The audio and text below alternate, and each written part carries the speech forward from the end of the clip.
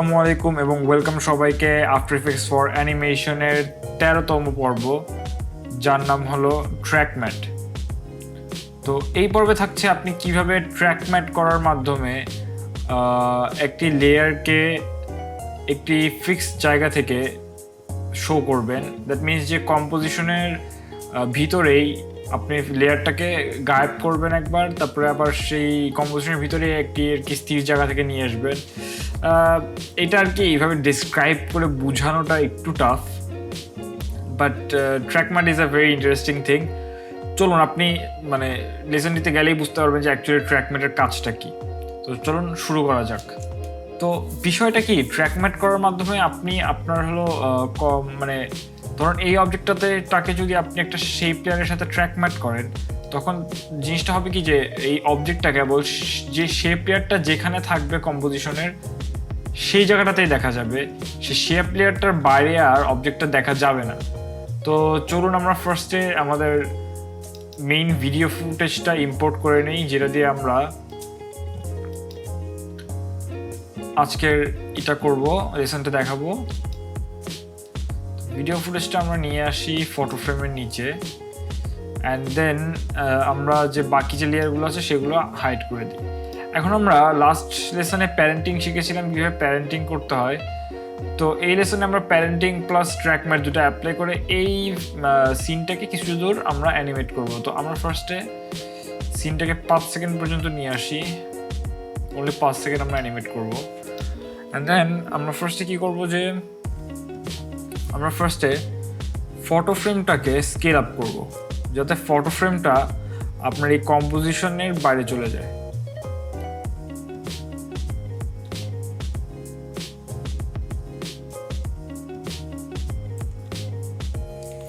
তো এখন আমরা ফ্রেম লেয়ারটাকে আমাদের স্কেল আপ করে দিয়েছি। 118% ইজ গুড। এখন কিছু দূর যাওয়ার পরে যখন সানটা বের হবে তখন আমি স্কেলের ফার্স্ট অ্যানিমেশনটাতে ক্লিক করব, ফার্স্ট কি ফ্রেমটাতে বানাবো। দেন একটু দূর যাওয়ার পরে আমি এটাকে 100% করে দেবো। ওকে, নাইস।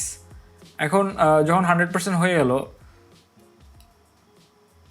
তখন আমি ইজি ইউজ করে দেবো কি ফ্রেমগুলো। এবং আচ্ছা, আমরা গ্রাফ এডিট পরে করছি, আমরা আগে শিখে নিই এটা কীভাবে হবে।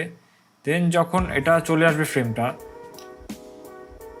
ওকে, যেটা সবার ফার্স্টে করতে হবে স্কেল অ্যানিমেশনটা করার আগে আমরা এই যে সিটি লেয়ারটা আছে সেই সিটি লেয়ারটাকে আমরা এই আমাদের যে ফটো ফ্রেমটা আছে তার সাথে আমরা প্যারেন্ট করে নেব।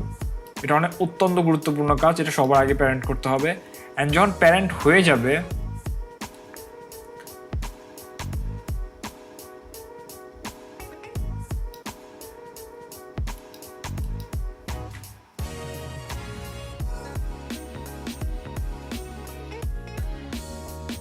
আমরা যেটা করব সেটা হলো যে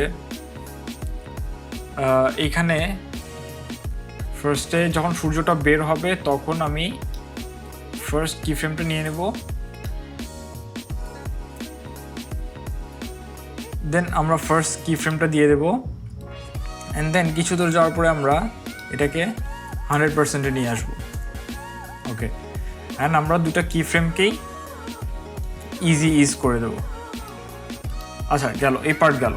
দেন আমরা কি করব, আমরা চাচ্ছি কি যে যদি আপনারা আমার ট্রেলারটা দেখে থাকেন আফটার ইফেক্টস ফর অ্যানিমেশনের ফার্স্ট ট্রেলারটা, তখন দেখতে পাবেন যে এই ফ্রেমটার সাথে সাথেই আমার এই সিনারিটা জুম আউট হয়ে যাচ্ছে। তো এটা করার জন্য আমরা এখন যখন এখানে যখন আরেকটা কি ফ্রেম আমরা মানে বসাতে যাব, তখন আমরা কি করব, এই সিটি লেয়ারটার সাথে আমরা ফটো ফ্রেমটাকে প্যারেন্ট করে দেব।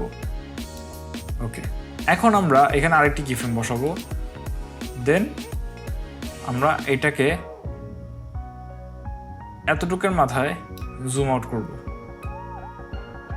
ওকে, দ্যাট সিমস গুড। তো এখন যদি আমরা প্লে করি তখন দেখতে পাবো যে এটা একটা স্মুথ জুম আউট হচ্ছে। তো এখানে ব্যাপারটা কি দাঁড়াচ্ছে যে ফার্স্ট আমার ফটো ফ্রেমটা অ্যানিমেশনটা হচ্ছে, দেন আমি সিটিটাকে ফটো ফ্রেমের সাথে প্যারেন্ট করে দিয়েছি। প্যারেন্ট করার পরে যেটা হলো সেটা হলো যে আপনার সিটিটা এবং ফটো ফ্রেমটা একই সাথে জুম আউট হয়ে বের হয়ে গেছিলো। এখন যেটা হবে সেটা হলো যে এখানে যখন আসবে তখন আমাদের বেস লেয়ারটা অন করবো আমরা, অ্যান্ড দেন বেস লেয়ারটা আপনার পজিশন প্রপার্টিসটা আমরা অ্যানিমেট করব। বেস লেয়ারটা আমি নিচে নামিয়ে আসবো, এটা হবে আমার ফার্স্ট কি ফ্রেম, অ্যান্ড দেন যখন এটা কমপ্লিটলি চলে আসবে তখন হবে আমার সেকেন্ড কি ফ্রেম, যে বেস লেয়ারটা আমার উপরের দিকে উঠতেছে। ওকে, এখন আমি আবার ইজি ইজ করে দেব। ওকে, আমি এখন গ্রাফ এডিট করছি না। গ্রাফ এডিট করা তো আপনারা শিখেই গিয়েছেন অলরেডি আগের লেসনগুলোতে, আপনারা সেই অনুসারে গ্রাফ এডিট করে নেবেন। আমি জাস্ট আপনাদেরকে ট্র্যাক ম্যাট শেখাবো, সেই কারণে আমার অ্যানিমেশনটা সেট আপ করে নিচ্ছি। তো যখন জুম আউট হওয়ার পরে যখন বেসটা উঠে আসবে তখন কি হবে, বেসটা উঠে আসলো আমার। এখন যেটা হলো সেটা হলো যে আমার পরবর্তীতে যেটা করতে হবে যে এই সিনটাকে আমার এই ফ্রেম থেকে রিমুভ করতে হবে পরের সিন আসার জন্য। তো শেপ মর্ফ যেটা, সেটা আমরা পরবর্তী লেসনে শিখতে পাবো। এখন আমরা শিখবো যে এই সিনটা কিভাবে এই ফ্রেমের ভিতরে গায়েব হবে, বিকজ আপনি যখন এখানে cd1.mp4 এর পজিশন প্রপার্টিস চেঞ্জ করতে যাবেন এবং সেখানে যদি আপনি এটাকে গায়েব করতে চান ফ্রেমের যে প্লেসমেন্ট আছে সেই প্লেসমেন্টের ভিতরেই, তখন কি হবে যে আপনি যখন ফ্রেমের থেকে বাইরে সরাবেন আমাদের এই ভিডিও ফাইলটা, তখন দেখা যাচ্ছে কি যে সেটা কমপ্লিটলি কি সেটা অ্যাকচুয়ালি ডিসঅ্যাপিয়ার হচ্ছে না। ডিসঅ্যাপিয়ার হওয়ার জন্য তার কম্পোজিশনের বাইরে যেতে হবে। তো এই সমস্যাটা সমাধানের জন্য আমাদের আসে আলফা ম্যাট অথবা ট্র্যাক ম্যাট। ট্র্যাক ম্যাটের কয়েকটি ধরন রয়েছে, তার মধ্যে একটি হলো আলফা ম্যাট, তারপর রয়েছে আলফা ইনভার্টেড ম্যাট, তারপর রয়েছে লুমা ম্যাট, তারপর রয়েছে লুমা ইনভার্টেড ম্যাট। আমরা এখানে লুমা ম্যাট এবং লুমা ইনভার্টেড ম্যাট সম্পর্কে শিখবো না, বিকজ লুমা ম্যাট এবং লুমা ইনভার্টেড ম্যাটটির সম্পর্কে আমাদের কোনো কাজ নেই। আমরা শিখবো অনলি আলফা ম্যাট এবং আলফা ইনভার্টেড ম্যাট। আলফা ম্যাটের যেটা হয়, আমি ফার্স্টেই যেটা বলেছি লেসনের শুরুতে, যে একটা অবজেক্ট রয়েছে, ধরুন এই অবজেক্টটা শুধুমাত্র যদি আমি এই ফ্রেমের ভিতরেই শো করতে চাই, ফ্রেমের বাইরে যদি শো করতে না চাই, জুম আউট করলাম, জুম ইন করলাম, পজিশন চেঞ্জ করলাম, সেই ক্ষেত্রে আমি কি করব, আলফা ম্যাটটা ইউজ করব। এবং সেটা করার জন্য আমাদেরকে ফার্স্টে নিউয়ে যেতে হবে এবং দেন শেপ লেয়ারে যেতে হবে। শেপ লেয়ারটাকে আমি cd1.mp4 এর ঠিক উপরে রাখবো। এখন শেপ লেয়ারটা আমি একটা শেপ লেয়ার এঁকে নেই, আমি শুধুমাত্র এই ফটো ফ্রেমের লেন্থ অনুসারেই আঁকবো শেপ লেয়ারটা। সরি,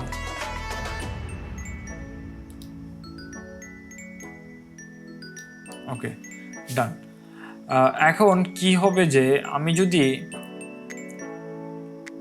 এই cd.mp4-কে আলফা ম্যাট শেপ 1 লেয়ার দিয়ে দিই, তখন আমার শেপ লেয়ারটা ইনভিজিবল হয়ে যাবে এবং শেপ লেয়ারটা যেখানে আছে শুধুমাত্র সেইখানে আমার এই যে cd1.mp4 ফাইলটা রয়েছে এটা শো করবে। দেখেছেন, শেপ লেয়ার যেখানে আছে কেবলমাত্র সেখানেই শো করছে, এর বাইরে কোথাও শো করছে না। তো এখন যদি আমরা এর পজিশন প্রপার্টিস চেঞ্জ করতে চাই, বেস লেয়ারটা উপরে উঠলো, এখন তার পজিশন প্রপার্টিসটা চেঞ্জ হয়ে যাবে। কি ফ্রেম নিলাম ফার্স্টেরটা, সেকেন্ড কি ফ্রেমটা হবে এইভাবে। এখন আমরা একে কি ফ্রেম অ্যাসিস্ট্যান্ট ইজি ইজ দিয়ে দিই। তো কি দাঁড়াচ্ছে যে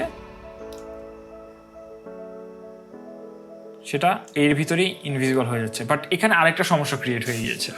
সেই সমস্যাটা হলো যে আমি যখন ফার্স্টে আসতেছি, ফার্স্ট কি ফ্রেমে আসতেছি, তখন দেখা যাবে যে এই যে ভিডিও লেয়ারটা আছে সেটা কেবল শেপ যতটুকু আছে সেই ততটুকুর ভিতরেই শো করতেছে, এর বেশি কিন্তু শো করতেছে না। But we want the scene to be full screen, right?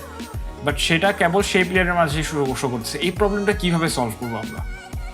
এই প্রবলেমটা সলভ করার জন্য আমাদের শিখতে হবে শেপ মর্ফ করার মাধ্যমে আমরা কিভাবে একটা শেপের আকৃতি কি ফ্রেমে চেঞ্জ করব তা আমরা নেক্সট লেসনে শিখতে পাবো।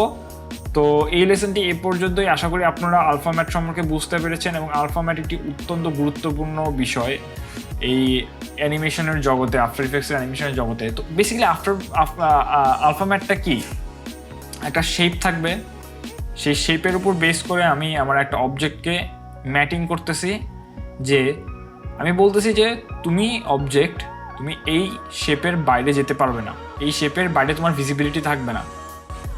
That's call alpha matting. এবং আলফা ম্যাটিংয়ের মাধ্যমে আমরা আফটার ইফেক্টসে বিভিন্ন অবজেক্টের উপর শ্যাডো দিতে পারবো। যেমন ধরুন যে আমি এই সিনটার উপরে অর্ধেক একটা শ্যাডো দিতে যাচ্ছি, ঠিক আছে, তো সেই শ্যাডোটা কেবলমাত্র আমি এই সিনের উপর দিতে যাচ্ছি, আর কোথাও দিতে যাচ্ছি না। তখন আমি কি করব, তখন আমি জাস্ট শেপ লেয়ারটাকে আলফা ম্যাটিং করে দেবো, অ্যান্ড দেন শেপ লেয়ারটাকে আমি কি করব, অপাসিটিটা চেঞ্জ করে দেবো। তখন এই অবজেক্টটা কেবলমাত্র এই শেপের উপরই আলফা ম্যাটিং করবে, এই শেপটাকেই শো করবে, অর্ধেক ভিজিবিলিটি আনবে। এর আরও কয়েকটি টেকনিক আছে যেগুলো আপনারা আমার ইউটিউব চ্যানেলের ভিডিওগুলো দেখলে শিখতে পারবেন, সেগুলো ছোটো ছোটো টিউটোরিয়ালস। অ্যান্ড আই হোপ আপনারা আলফা ম্যাটিং সম্পর্কে ক্লিয়ার হয়েছেন এখানে। তো আশা করি দেখা হবে পরবর্তী লেসনে শেপ মরফে। আসসালামু আলাইকুম।